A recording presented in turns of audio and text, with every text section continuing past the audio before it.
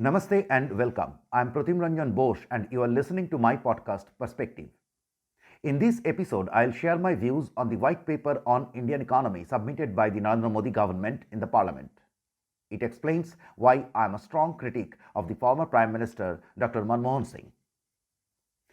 Dr. Manmohan Singh is a good man. He was the only technocrat who became Prime Minister of India. And history should never be kind to his Congress led coalition government that ruled the country between 2004 and 2014. This is not merely because Dr. Singh made mistakes in his choices. All governments, all prime ministers from Jawaharlal Nehru to the incumbent Narendra Modi have their share of misses. Nehru was wrong in compromising national security and integrity. His state sponsored industrialization proved unviable. Indira Gandhi not only disrupted the democratic run of the country, but her industrial policies destroyed the last trace of competition in Indian economy.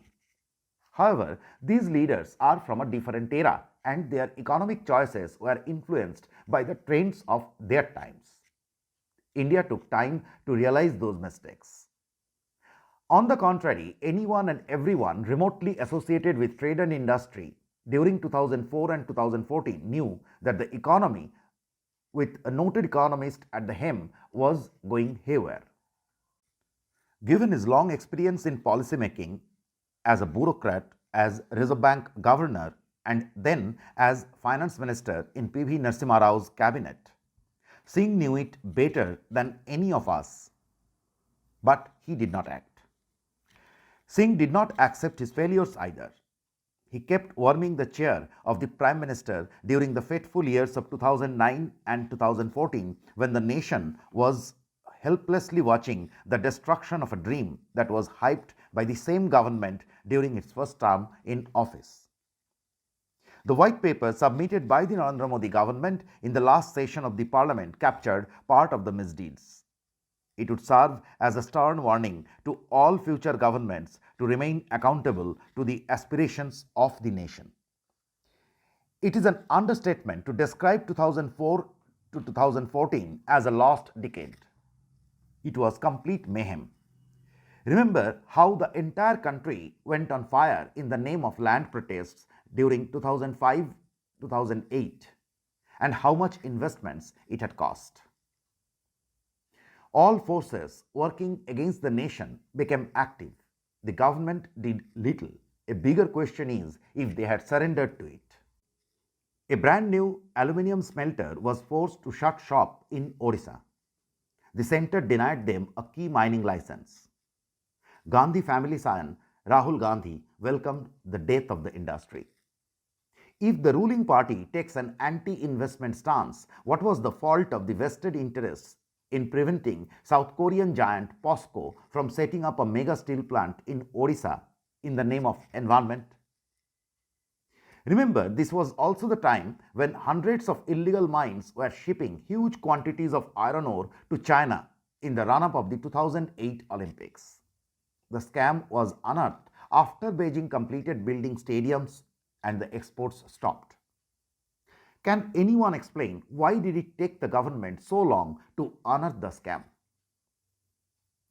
The seeds of destruction in Singh's second term were sowed in the first term.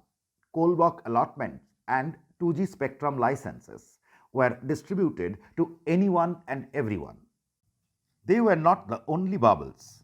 From unsustainable power purchase agreements or PPAs to a proposal to jack up domestic natural gas prices to more than double, there was little trace of sanity in the policy front.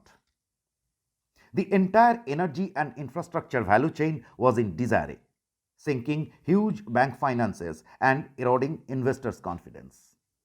While freshly created capacities idled, the electricity deficit peaked. Leave alone attracting global investment, the outflow of foreign direct investment exceeded the inflow for the majority of Singh's second term. The government was borrowing more than the set targets. Money was used to finance populist schemes. Capital expenditure plummeted, banks stopped fresh lending, construction activities were moving at a snail's pace, capital account deficit peaked, the value of rupee vis-a-vis dollar tumbled. and inflation was in double digits. India was spared from much of the impacts of the 2008 global financial meltdown. Yet, the economy was in a perilous state as identified by several domestic and foreign agencies. The situation was worse than it was reflected in official indicators due to off balance sheet debts. And all these happened under the watchful eyes of an economist prime minister. That was sad. Singh owes an apology to the nation for such a disservice. On the contrary, he claimed innocence. What happened between 2004 and 2014 should never be forgotten. Whatever has come out in the white paper is only a fraction. On the brighter side, it had put things in black and white. Congress had an opportunity to admit the mistakes of the past and bring out a thorough review of the performance of the Modi government. Instead, they are engaging in some flimsy claim of democracy khatre mein hai. Citizens want an opposition that would force the government to do better. Congress is not doing any such thing and they are losing. It is a disgrace for the democracy that the principal opposition cannot get even 100 seats in the 525-member Lok Sabha. Thank you for listening to Perspective. If you like this episode, please share and subscribe. See you next week. फिर मिलेंगे.